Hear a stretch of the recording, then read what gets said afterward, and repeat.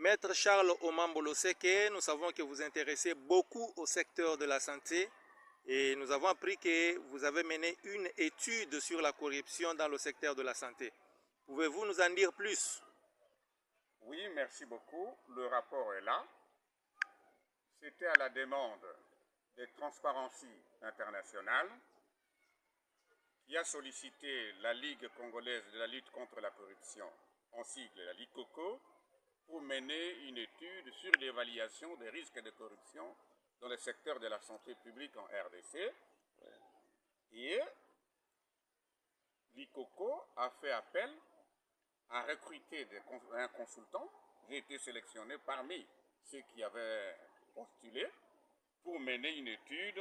Et vous voyez là, mon nom est là. J'ai mené une étude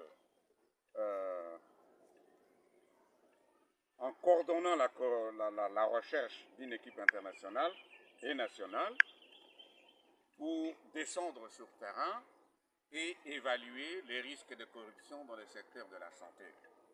Comme vous savez, dans le secteur de la santé, il y a 3 niveaux de corruption.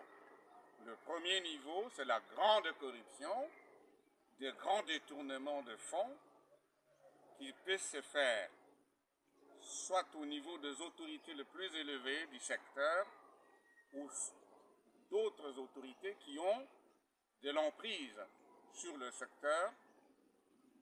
Et il y a la corruption moyenne pratiquée par les gestionnaires des structures sanitaires qui détournent parfois les intrants, les médicaments, les matériels, le véhicule pour d'autres circuits et ces objets-là n'atteignent pas la cible qui est la population. Mais nous nous sommes spécialement focalisés sur la petite corruption, c'est-à-dire le rançonnement de malades pratiqué par les gardiens, par l'infirmière, par le médecin, par le laboratoire, par l'administratif, qui multiplient des actes, qui tournent autour de malades, principalement pour le rançonner. Et la raison est qu'ils ne sont pas bien payés. Nous nous sommes demandé, est-ce que quiconque n'est pas bien payé recourt à la corruption? La réponse est non. Il y a des gens qui sont moins bien payés, mais qui sont intègres. Alors, est-ce que le mauvais paiement justifie tout? Oui, en partie. C'est une condition nécessaire, mais pas suffisante, parce qu'il y a aussi des gens qui sont très bien payés, mais qui recourent toujours aux actes de détournement et de corruption, ainsi que des actes assimilés.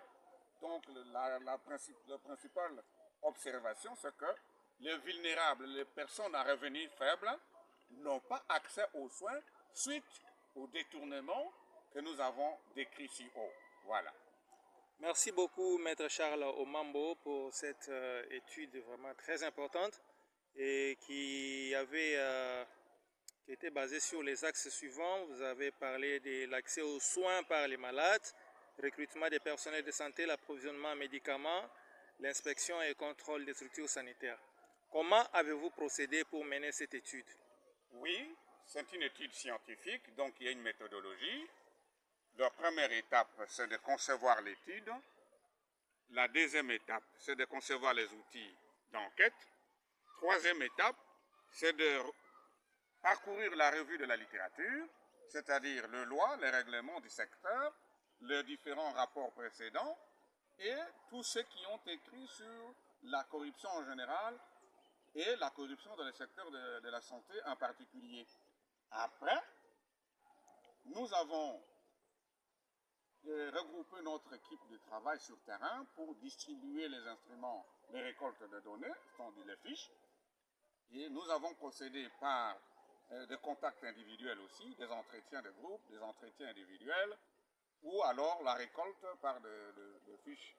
Et les données ont été traitées, analysées, et nous avons produit un premier rapport qu'on a soumis aux parties prenantes en août 2020.